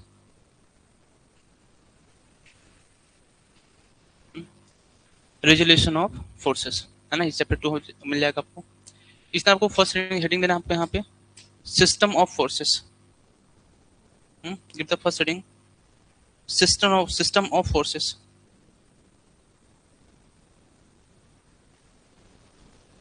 system of forces, ठीक है ना। चलिए थोड़ा इसको लोग समझते हैं यहाँ से। अब बात यहाँ पे किसकी हो रही है, सिस्टम ऑफ फोर्सेस की। साथ में चैप्टर का नाम यहाँ पे क्या है, रिजोल्यूशन ऑफ फोर्सेस, है ना। थोड़ा एक बेसिक समझते हैं। मान लीजिए कोई एक बॉडी हो गई यहाँ से, अभी किसी टॉपिक को नहीं देखें, थोड़ा बेसिक को समझ रहे हैं, है ना। मानते हैं एक फोर्स यहाँ से लग रहा है, एक फोर्स यहाँ से लग रहा है, इसको लिख दिया F1 लिख दिया, इसको F2 लिख दिया। एक फोर्स का यहाँ से F3 लग रहा है, एक फोर्स यहाँ से क्या लग गया F4 लग दिया, यहाँ से क्या हो गया F5 लग दिया, है ना। तो कितने फोर्स यहाँ एक्ट हो रहे हैं, F1 F2 F3 F4 and F5। अगर आपको सबकी एनालिसिस करनी है तो सबसे पहले किस लिए करना होगा, यहाँ से F1 के लिए, फिर किस लिए करना होगा यहाँ से F2 के लिए। ऐसे कर टोटल कितने एनालिसिस आपको करनी होगी, फॉर टोटल 5 फोर्सेस। यहाँ पे टोटल कितने एनालिसिस करनी होगी आपको, यहाँ टोटल 5 फोर्सेस की, ठीक है। अगर 5 फोर्सेस करनी है तो आपकी मान लीजिए यहाँ पे क्या होगा, बहुत सारे फोर्स तो आपकी स्टडी बहुत डिफिकल्ट होती जाएगी, कॉम्प्लेक्स होती जाती है। तो हम करते क्या है, हम यहाँ पे एक ऐसे फोर्स को अप्लाई करते हैं जो किसके इक्विवेलेंट होगा, F1 F2 F3 F4 F5, है ना। किसी बॉडी पर n नंबर ऑफ फोर्सेस लग रहे हैं, अब आपको n नंबर ऑफ स्टडी करनी पड़ेगी जो कि बहुत कॉम्प्लेक्स और ह्यूज हो जाएगा। तो हम करते क्या है, सारे फोर्सेस को रिप्लेस कर देते हैं एक सिंगल फोर्स से, सारे फोर्सेस रिप्लेस कर देंगे किससे, एक सिंगल फोर्स से, है ना। और उसी फोर्स को हम क्या बोल देते हैं, रिजल्टेंट फोर्स बोलते हैं। उसको हम क्या बोल देते हैं, रिजल्टेंट फोर्स बोलते हैं। अब हमने सारे फोर्सेस को इससे रिप्लेस कर दिया एक सिंगल फोर्स से। ये जो स्टडी करें पे, जो एनालिसिस करें, ये किसके अंदर आता है, यहाँ पे रिजोल्यूशन ऑफ फोर्सेस। इसी को हम क्या बोलते हैं, simple resolution of forces. If 2 or more than 2 forces acting on any body and these forces are replaced by a equivalent force, that force is known as the resultant force। उसको हम क्या बोल देते हैं, resultant force बोल देते हैं, है ना। and its study or analysis comes under the resolution of forces। अब थोड़ा और आगे देखते हैं। अब ये फोर्सेस क्या होगा भाई, किसी एक प्लेन में लग रहे होंगे, तो आपको यहाँ पे 2 टर्म्स मिलता है। एक मिलता है यहाँ से कोप्लेनर, दूसरा आपको यहां से क्या मिलता है, कोलिनियर, है ना। यहां से आपको क्या मिलता है, कोलिनियर फोर्सेस। क्या मिलता है आपको यहां से, कोलिनियर फोर्सेस। एक तो क्या मिलेगा आपको यहाँ से कोप्लेनर, दूसरा कौन सा होगा यहाँ से कोलिनियर फोर्सेस। अच्छा, मान लेते हैं जितने फोर्सेस हैं एक किसी एक सिंगल प्लेन पे एक्ट कर रहे हैं। प्लेन मतलब क्या हो जाएगा, जैसे कहा जाए कोई भी एक चीज हो गई मेरे पास यहाँ पे, फॉर एग्जाम्पल ये हो गया मेरे पास ना, मैंने इसके एक पेज को लिया, ये क्या हो गया, इसका यहाँ से प्लेन हो गया, ये इसका क्या हो गया, यहाँ पे एक प्लेन हो गया। तो प्लेन सिंपल क्या हो जाएगा, यहाँ पे एक किसी बॉडी को कट डाउन करेंगे जो क्रॉस सेक्शन आपको देखेगा वही यहाँ से क्या है, प्लेन है ना। क्या हो जाएगा, यहाँ से प्लेन हो जाएगा। तो प्लेन को आप कंसिडर करते हैं कि जैसे A4 साइज पेपर्स हो गए, ये भी इसका क्या है, प्लेन है ना। इस प्लेन पर अगर जितने फोर्सेस लग रहे हैं एक सिंगल प्लेन पे एक्ट कर रहे हैं तो उनको हम क्या बोलते हैं, को प्लेनर बोलते हैं। जितने फोर्सेस अगर क्या कर रहे हैं एक सिंगल प्लेन पे एक्ट कर रहे हैं उनको हम क्या बोलते हैं, को प्लेनर बोलते हैं। और यही फोर्सेस क्या कर रहे हैं, एक सिंगल लाइन पे एक्ट कर रहे हैं। ये फोर्सेस कहाँ से पास कर रहे हैं, कहाँ पे एक्ट कर रहे हैं, they are acting on a single line, या फिर किसी सेम लाइन पे पास कर रहे हैं या फिर एक्ट कर रहे हैं, उनको हम क्या बोल देते हैं, को लीनियर बोलते हैं। उनको हम क्या बोल देते हैं, कोलिनियर फोर्सेस बोल देते हैं। अगर एक सिंगल प्लेन पे लाई करेंगे या एक सेम प्लेन पे लाई करेंगे तो क्या हो जाएगा, वो प्लेनर हो गया। एक सेम लाइन से पास करें फिर किस सेम लाइन पे एक्ट करें, उसको क्या बोल देते हैं हम, कोलिनियर फोर्सेस बोल देते हैं।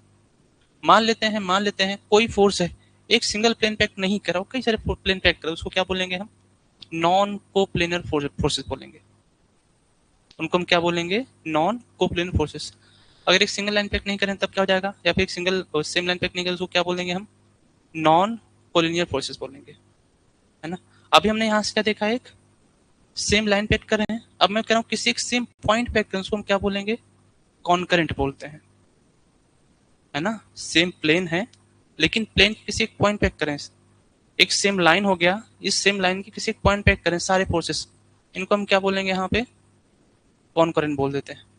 अगर एक सेम लाइन पे एक सेम पॉइंट पे नहीं एक्ट करें तो उनको क्या बोलेंगे हम, नॉन कॉन्करेंट फोर्सेस बोलते हैं। तो आपस में सबका आपको क्या, यहाँ से क्या मिलता है, क्लासिफिकेशन मिलता है। और इन सबको हम क्या कंसिडर करते हैं, सिस्टम ऑफ फोर्सेस बोलते हैं। इनको हम क्या बोलेंगे, सिस्टम ऑफ फोर्सेस बोलते हैं, है ना। अच्छा, फोर्स होता क्या है, फोर्स होता क्या है, आपसे कहा जाए डिफाइन फोर्स, तो फोर्स को हम क्या कैसे बोलेंगे, ओके, और कोई, अगर आपको कहा जाए व्हाट इज फोर्स, तो फोर्स को कैसे डिफाइन करेंगे,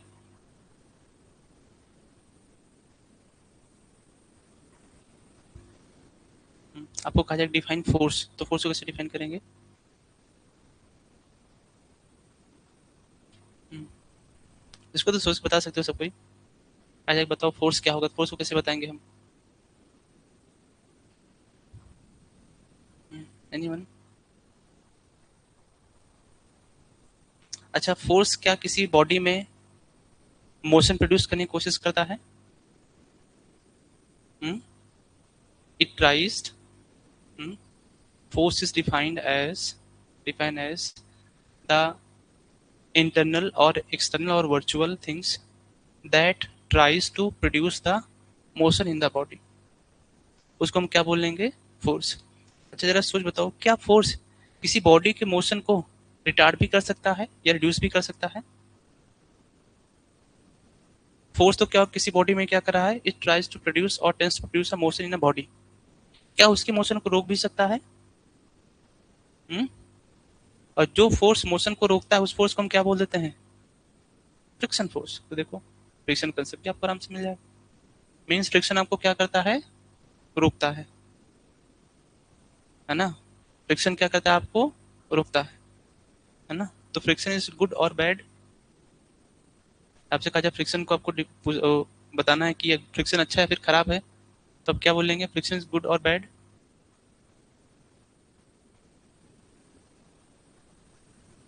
एनीवन, फ्रिक्शन इज गुड और बैड। अच्छा, गुड भी है और बैड भी है, ओके, गुड में क्या है,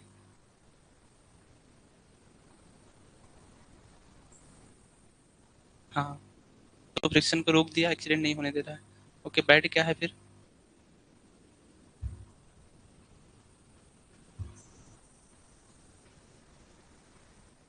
रेट ऑफ फ्लो को क्या करता है ये, कम कर देता है, और ज्यादा तेज होगा फ्लो तो क्या होगा फिर, मैं मान लीजिए फ्रिक्शन आपने हटा दिया, बहुत तेज फ्लो करेगा, तो पाइप की जो पार्टिकल उनको क्या करेगा फिर, ब्रेक कर देगा, ये तो बैड कहाँ हुआ, तो अच्छा है, हम्म, तो फ्रिक्शन इज गुड और बैड, ये तो सोच बता सकते हैं। अच्छा, जब चलते हैं तो जरा बताओ, जो स्लीपर का जो बॉटम पर जिसको सोल बोलते हैं, वो रबिंग एक्शन के थ्रू क्या हो जाता है, खत्म हो जाता है, खत्म हो जाता है ना, ये गुड है फिर बैड है ये, फ्रिक्शन तो बैड हो गया, लेकिन चलने में आपको हेल्प करा तो क्या है ये, गुड है। Means friction is good also और बैड ऑल्सो, तो फ्रिक्शन क्या अच्छा भी है और खराब भी है, it depends on the application, it depends on the application. अब इसी टर्म्स को आपको ध्यान रखना, जितना अच्छे से आप याद रखें फ्रिक्शन, आगे पूरी इंजीनियरिंग में ही एप्लीकेशन हो रहा होगा, चाहे आप सॉइल पढ़ेंगे, चाहे आप फ्लूइड मैकेनिक्स पढ़ेंगे, चाहे आप एनवायरमेंट कहीं भी पढ़ेंगे, सबका रोल कहाँ पे आएगा, फ्रिक्शन से ही आएगा, सभी का कहाँ मिलेगा, फ्रिक्शन से ही मिलेगा। हम्म? आप किसी के साथ आसानी से काम कर पा रहे हैं, तो फ्रिक्शन गुड है फिर बैड है? आप किसी के साथ चलो ऐसे समझते कि साथ आप आसानी से काम कर पा रहे हैं, तो दोनों लोगों के बीच में जो फ्रिक्शन है ज़्यादा है या कम है?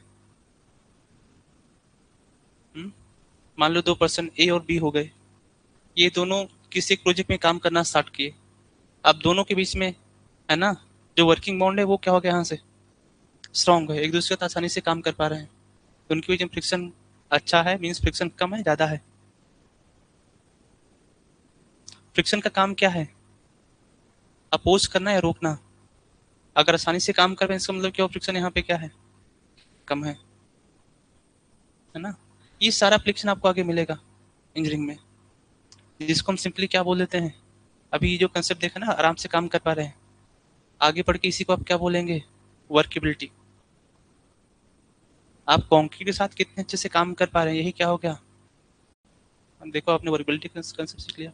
तो जो मैकेनिक्स का एप्लीकेशन है ना ये क्या है बहुत ही स्ट्रांग है, पूरे इंजीनियरिंग में इसको अप्लाई किया जा रहा होगा, इसलिए इसको पढ़ना है क्या सबसे मैंडेटरी है ना, भले क्वेश्चन यहाँ से आए या ना आए लेकिन इसे बेसिक को समझना आपके लिए बहुत जरूरी है। ठीक है, तो आपको लिखना है यहाँ पे सिस्टम ऑफ फोर्सेस, फिर इसको समझा जाएगा। तो आप हेडिंग दीजिएगा यहाँ पे सिस्टम ऑफ फोर्सेस, इसमें लिखना लिखना लिखना when two or more forces act when two or more forces when two or more forces act on a body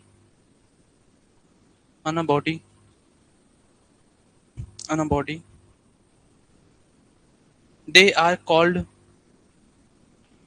they are called they are called to form as to form they are called to form a system of forces a system of forces following system of forces are important following system of forces are important as given below as given below as given below। चलिए ठीक है देखते हैं यहाँ से, पहला क्या यहाँ से मिल रहा है आपको, देखिए कोलिनियर फोर्सेस, तो क्या हो जाएगा देखिए line of action of all forces act along the same line, इसको क्या बोलेंगे हम कोलिनियर फोर्सेस बोलेंगे। Next coplanar parallel forces, coplanar मतलब क्या हो जाएगा यहाँ पे एक सिंगल प्लेन पे लाई करेंगे या सेम प्लेन पे लाई करेंगे। नेक्स्ट यहाँ से क्या है पैरेलल, जरा चेक करो all forces are parallel to each other and lie in a single plane. Next यहाँ से क्या है coplanar like parallel forces, like मतलब क्या होता है यहाँ पे सेम होता है, लाइक मतलब क्या होता है यहाँ पे सेम होता है, और अनलाइक मतलब क्या होता है अपोजिट। आगे इसका स्ट्रेस में यूज होगा लाइक स्ट्रेस और अनलाइक स्ट्रेस, लाइक मतलब क्या हो जाएगा सेम, अनलाइक मतलब क्या होता है अपोजिट। देखो all forces are parallel to each other lie in a single plane and are acting in the same direction, क्या हो जाएगा यहाँ पे ये coplanar like parallel forces, coplanar concurrent, concurrent मतलब क्या हो जाएगा यहाँ पे एक सिंगल प्लेन सिंगल पॉइंट हो जाएगा, जरा चेक करो line of action of all forces passes through a single point, तो यहाँ से क्या है coplanar concurrent single point and forces lie in a same plane, तो कोप्लेनर है तो सेम प्लेन हो गया, कॉन्करेंट मतलब कहाँ पे होगा एक सिंगल पॉइंट से पास करेंगे। कोप्लेनर नॉन कॉन्करेंट, अब सब कुछ सेम होगा, एक सिंगल प्लेन से तो पास करेगा लेकिन लाइन ऑफ एक्शन क्या सबका सेम होगा नहीं, तो देखो all forces do not meet at a point but lie in a single plane.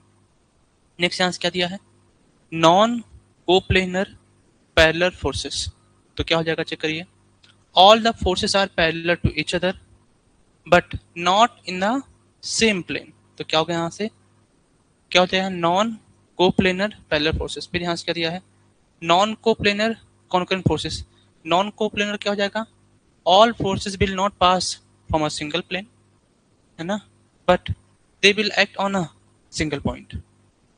Non coplanar non concurrent forces, यहाँ से क्या है non coplanar non concurrent means क्या है यहाँ पे एक सिंगल प्लेन से पास भी नहीं करेगा ना एक सिंगल पॉइंट से पास करेगा। देखिए all forces do not lie on a same plane and their line of action do not pass through a single point. तो ऑब्जेक्टिव में यहां से लेकर के आता है ना कि कॉन्करेंट और कोप्लेनर फोर्सेस कौन सा हो जाएगा, कोप्लेनर नॉन कॉन्करेंट कौन सा हो जाएगा, है ना। और फिर सभी के यहाँ पे क्या दिए हैं, एग्जांपल्स दिए हैं। एग्जांपल्स को आप चाहे तो नोट डाउन कर सकते हैं, बाकी इसको आपको नोट डाउन करना होगा, है ना। ये टेबल भी आपको ग्रुप में सेंड करा हुआ है ना। तो स्पेस आप छोड़ लीजिए वहां से, है ना, वो स्पेस आप अपना कॉपी में छोड़ लीजिए, ठीक है, इसको नोट डाउन करने के लिए। अब आप नेक्स्ट हेडिंग दीजिए यहाँ से रिजल्टेंट फोर्स।